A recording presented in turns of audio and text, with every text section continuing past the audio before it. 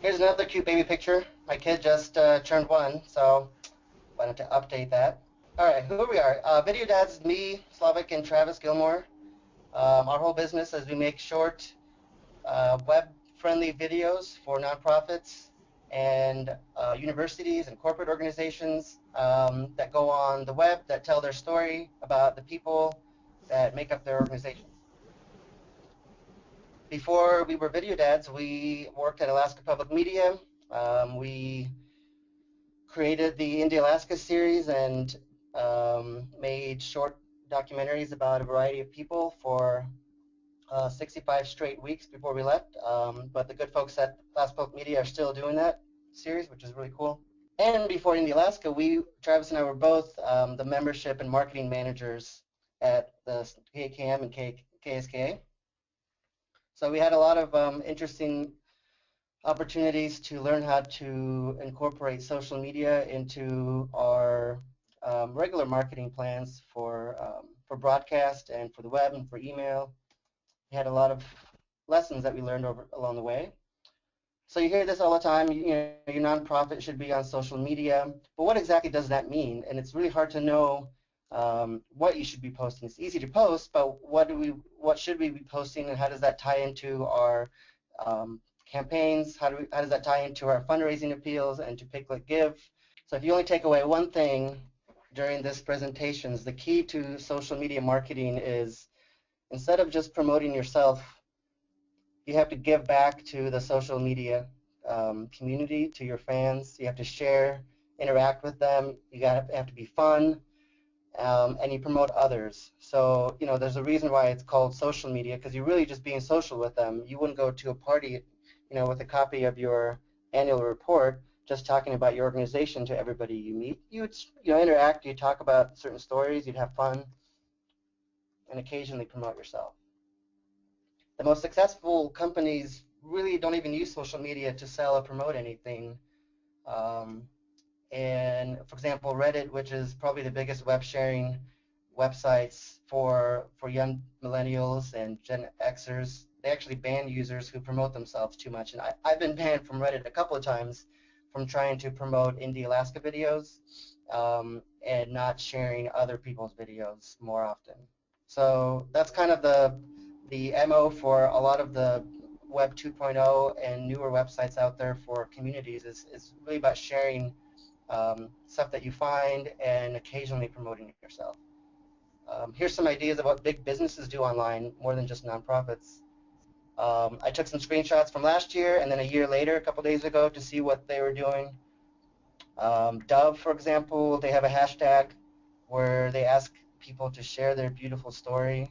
It has literally nothing to do with Dove soap, but they're interacting with their fans. Chevy has a hashtag where they ask people to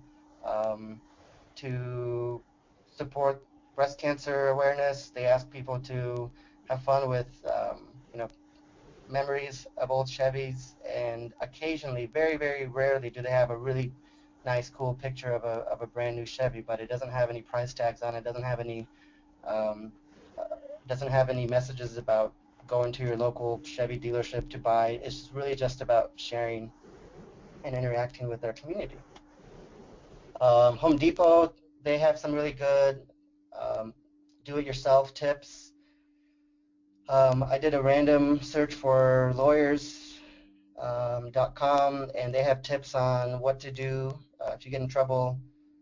Fred Meyer stores do a really good job of sharing the people who make up Fred Meyer, and rather than the grocery products are on sale this week. Pepsi just shares pictures of cats and dogs, and they get away with it.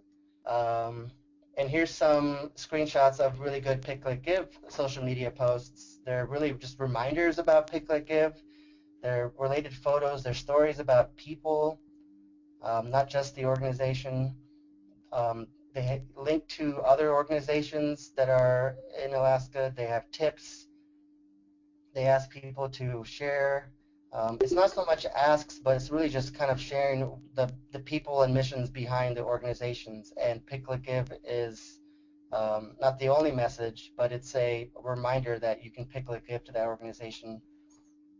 this year. So here's a few cool videos people have done about individuals related to their organization.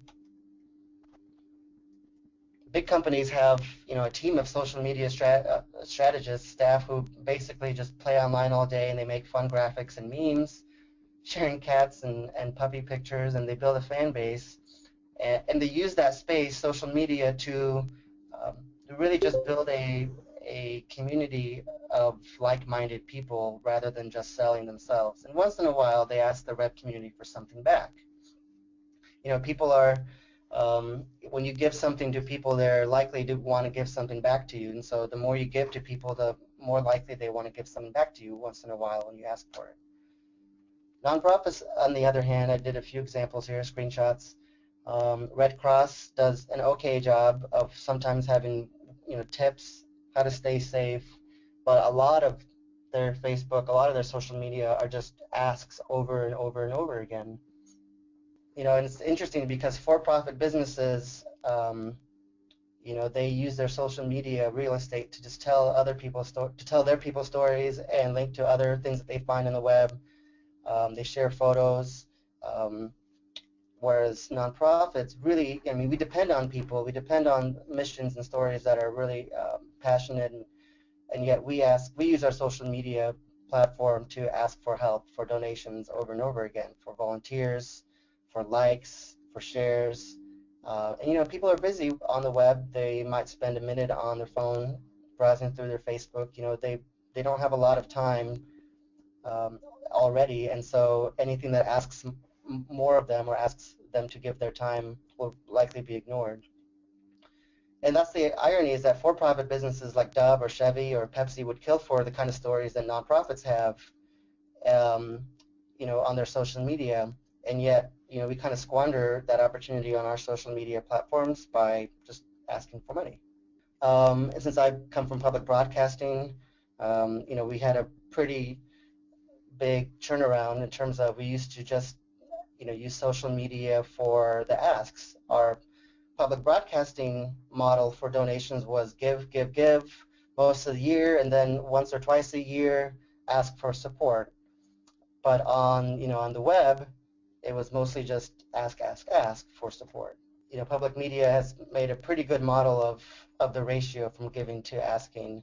But on the web, some of the things that we used to do were just post during pledge drives, basically. Call this number to donate. Don't forget to donate. Watch this program tonight. Buy tickets for our event. Like this post. Please share with our friends. And it got a little bit too much ask and not giving. So we started doing some fun stuff. We would remind people that there's pledge drives and that there's fundraising campaigns like Pick, Like, Give, but we're necessarily asking something of people. So we had this thing where every time we reached 100 people in this campaign, we would add another funny little picture to this forest scene that people submitted. What else should we add to this forest scene when we reach the next 100 donors? And people submitted some very funny suggestions. We would do memes. We would every time that we reached a certain amount of people, we would Neil Conanize some of our supporters and leadership. Kind of funny. Nowadays, I'm not with Alaska Public Media anymore, but the staff there is just doing a really, really great job of using their social media space to be social, and they have fun with memes. They really get a lot of excitement going around pledge campaigns that isn't just asking people to call in and give. So they're doing a great job. It's nice to have a strategy for social media rather than just every day kind of log in to Facebook and wonder what you're going to be doing that day. So I like to break it down for a week. When people come back from the weekend, they really probably have a huge amount of emails to get through. They don't have a lot of time to go through Facebook. There's a huge amount of posts to get through, and so you want to keep it fun and lighthearted. Tuesdays, you might share a photo. Wednesday, you might have more testimonials or stories about your people. You can ask about what's your story, but it's still an ask of time. Thursday, I like Thursday as a relate to other links to other articles, to other organizations, or hashtag TBT, Throwback Thursday, photos from the organization's past. And then Friday, before the weekend, that's when you ask. And you can ask them to share something. You can ask them to watch a video. You can ask them to read something. You can't ask them too much, but Friday is a good time to ask people. Typically, a lot of staff just kind of their mind goes blank at 3 or 4 o'clock, and so they log on to Facebook to see what's going on social media, and that's when you have their attention.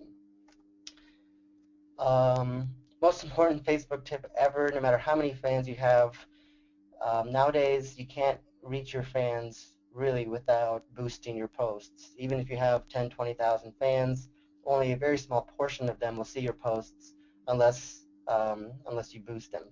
And it's fine to not boost posts that are just everyday Monday, Tuesday, Wednesday, Thursday kind of posts. But when you have an ask that you think is important, that you want to reach a lot of people, you have to boost even $5, $10,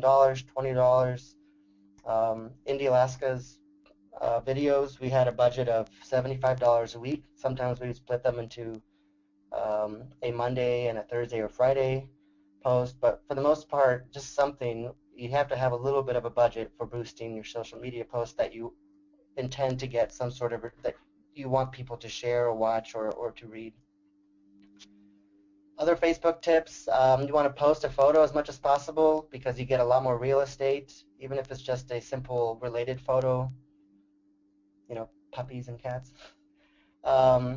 If you have videos and you upload them directly to Facebook rather than link to your YouTube or Vimeo URL, then the video will automatically play in people's feeds, which is really great to get a lot more people to see your videos. If you have a short video, a minute or 2 minutes, it doesn't take a lot to boost that post. You could spend $100, $200 to boost a video and just select Alaskans as your primary audience, and you can get thousands and thousands of people to view your videos, which is a lot better than if you were to try to pay for other kinds of advertising. And you can specifically target age groups. You can target people who are who like organizations related to yours. But for our purposes, there's only so many Alaskans. So if you just specifically pick people who are in Alaska, you'll get a nice small group of a targeted audience to work with, and it'll be cheaper than if you wanted to try to do a national campaign. And just a reminder, if your post requires any work of any kind, it will be skipped. If it's even a please share this kind of deal, it's an ask of time. People ask about Twitter and Instagram and other social media platforms. I think for the most part, when we're talking about social media, we're really talking about Facebook, but Twitter is a close second, and it's easy to join Twitter and to have even your Facebook posts auto-post to Twitter, but it's one of those things where you have to give even more of yourself in order to actually invest in a Twitter audience that will give back to you. It's very, very specific to the Twitter culture. It's almost like Reddit. So, there's some really good success stories, but you really have to be really active with Twitter by itself, and people can see through, your auto. If you have an auto post that goes from your Facebook feed to Twitter, people can see through that. So you really have to be of and for Twitter if you want to be successful on there. Self-promotion on Twitter will pretty much be ignored unless you promote other people's 10, 20 times before you ever promote yourself. Instagram is really great though. There's not a lot of opportunities to link to anything. You can't really link to a web page or a form or anything, but you can have your Instagram photos auto share on Facebook or Twitter. And so if you have regular photo opportunities throughout the day, it doesn't have to be that special. It's kind of a nice way to build an Instagram audience that you can't really ask anything of them, but your Instagram photos with their cool filters will auto post to your Facebook, which is easy to do. Here's some more screen grabs I found of good Pick, Click, Give related posts that have photos. They specifically share stories about people. They're fun. They're not just simple asks. Some more screen grabs. Lots of different ways to get people's attention about your Pick, Click, Give campaign. That's not simply an ask. I mean, you have the time that you want people to invest in whatever you post, you have to give as much time or more to creating something interesting, whether it's a photo or video or a story or a post or something like that. The right part here, the Catholic Social Services post, I use that as an example of kind of a lot of asks in one post. They're asking people to go to the website. They're asking people to support CSS. They're asking people to share. And so, that kind of thing doesn't get a lot of likes or shares because it's just, when I'm scrolling through it, it's just a lot to ask for. Here's another one. Please listen to the audio message. It'll take a few minutes, and then also share it with somebody and then also file for your 2015 PFD. So it's kind of a lot of ask, but they are cute photos, which do get your attention more than if it was just text. Here's some other good screen grabs. Spencer Schroyer's DJ. He uses kind of a entirely unique way. He takes photos of everything rather than just text. There's CSS kind of did a better post here where they had photos of people helping out just as a reminder of what the organization does. The zoo does a really great job of posting these amazing photos of animals. I think the text is a little bit too much, but you have to instruct people in certain ways to give. Cool videos. And some more posts. Again, anytime you can have photos, it's a lot better than just having a text post. Beans Cafe, I mean, they are top of the list every year. They do a really great job of sharing stories about the people whose mission they impact. I mean, who make up their mission. Okay, so that's the moral of the story is you have to give, you have to share, you have to have fun, and only occasionally ask for support or remind people to Pick, Click, Give. So if you have any questions, please feel free to ask.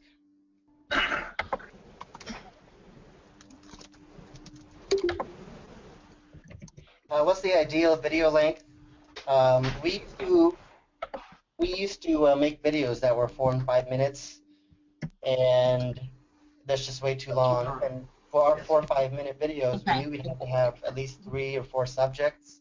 And so now we break down our videos into 90-second chunks, which means that you can have a series of videos so you can have a campaign of videos, and you have more ways to reach people through different stories. So I would say under 2 minutes maximum for a video if you want people to realistically watch it.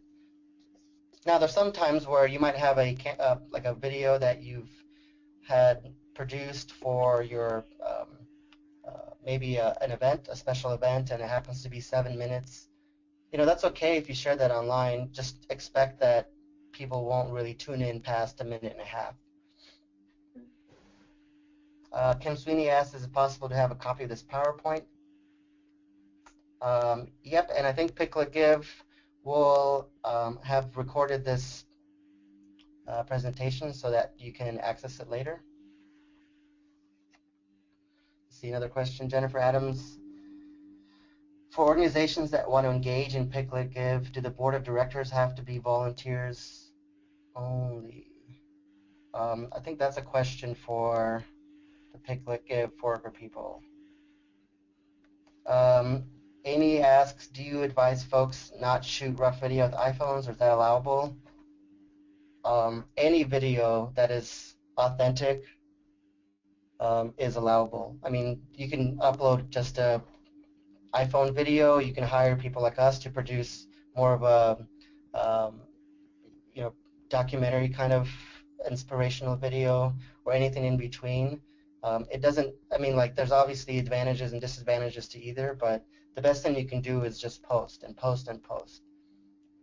Short thank you videos are really great. Before and after a campaign, updates, video updates are great. I think people are accustomed to seeing both cinematic and professional video on the web, and they're also accustomed to seeing, very cheaply produced iPhone kind of videos too, and either are okay. They have their different points, but yeah. The main thing is that the videos have to be captivating, and what we always say is that anytime we make a video about an organization, the last person we want to interview is the CEO or the general manager. The first person we want to interview is the person way at the bottom of the totem pole, and their story about why they support the organization or why their mission supports them or whatever their story is a lot more captivating than the CEO or GM talking about why their organization is important. So make a video about people on the lowest totem pole and why they are important to their organization. During the Pick, Click, Give campaign, how frequently do you advise having posts about Pick, Click, Give? I think you can incorporate Pick, Click, Give related posts into any of your posts that you already have. If you have photos about people in your organization, if you have, if your staff is out and about, and you have photos of them working, you can always remind people that you're a Pick, Click, Give organization, and then just once in a while remind people about what that is and how to support you through Pick, Click, Give. But there's that hashtag Pick, Click, Give that's really easy to incorporate into all of your posts. And I would say posting once a day at least is better than posting once a week if you're giving and sharing rather than asking. All right, guys, I think that's it. So thanks to everybody. I'm glad it worked out with the audio, and have a good rest of your week.